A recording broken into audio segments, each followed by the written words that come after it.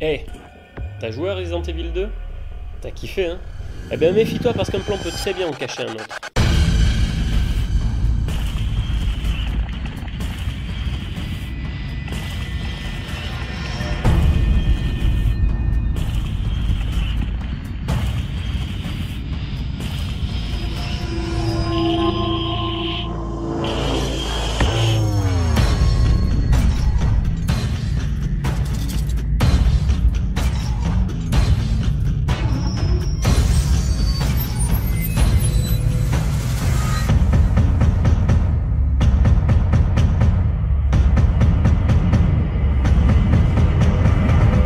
Est-il nécessaire de représenter Resident Evil 2 pour la 100e fois alors que c'est une des suites multiples de la franchise de jeux vidéo horrifique la plus connue du monde? Revenons en 1998. Capcom a frappé un grand coup 2 ans auparavant en proposant une évolution de Alone in the Dark avec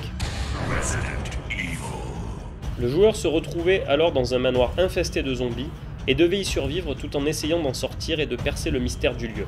C'est alors qu'il décide de sortir sa suite, qui suit la trajectoire de deux personnages que le destin amène au commissariat de Raccoon City, en pleine épidémie zombie.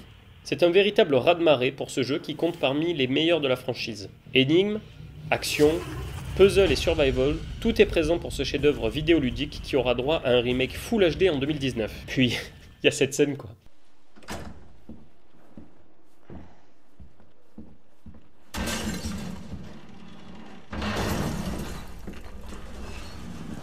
Jesus Christ!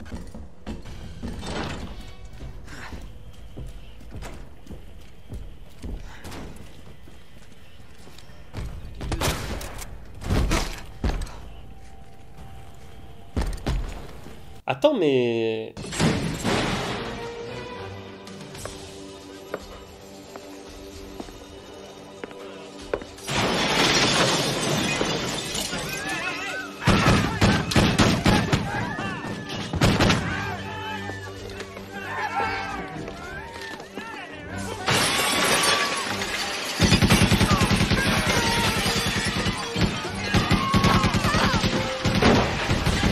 Vous l'aurez compris, il y a ressemblance, il y a influence, mais essayons d'aller plus loin que la simple citation en essayant de deviner pourquoi. Maniac Cop 2 est la suite de Maniac Cop, logique en même temps, une trilogie horrifique sortie du cerveau de ce monsieur, William Lustig, surtout connu pour son Maniac. Décidément, nous y suivons la vengeance de Matt Cordell, policier condamné pour corruption, qui finit assassiné en prison par des criminels qu'il avait lui-même arrêtés. Il reviendra sous forme de spectre pour se venger de ceux qui l'ont mis en prison. Porté par l'immense Robert Esdar, Maniac Cop 2 est un survival horror bougrement jouissif, où les mises à mort généreuses servent un tout décomplexé. Le premier misait surtout sur le suspense et l'identité du tueur, le deuxième profite de l'exposition de son prédécesseur pour pousser les potards au maximum et offrir un divertissement digne de ce nom. En somme, c'est bourrin, mais c'est génial.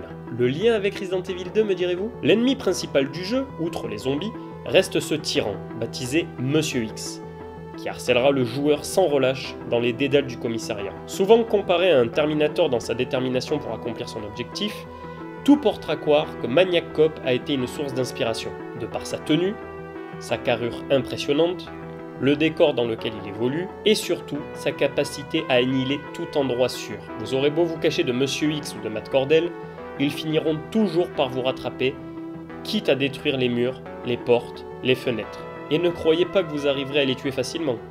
Tous deux semblent immortels et reviennent alors que les personnages pensaient en avoir fini avec eux. Vous l'aurez compris, si vous avez aimé Resident Evil 2, jetez-vous sur Maniac Cop 2. Ce divertissement généreux a tous les éléments pour vous tenir en haleine. L'antagoniste ainsi que certaines séquences vous replongeront alors dans de terribles souvenirs traumatisants sur console. Il est de ces films avec une dynamique de jeu vidéo un peu comme l'avait été The Warriors en son temps et dont nous avions parlé dans une précédente vidéo. Qui plus est, c'est une excellente porte d'entrée sur le cinéma de William Lustig et sur les films qui parlent du New York poisseux de la 42e rue. Remplacez donc les bruits de pas de Monsieur X par ceux de Matt Cordell et vous serez comblé. Bref, c'est du grand art. Et toi? T'avais la ref? Psycho killer!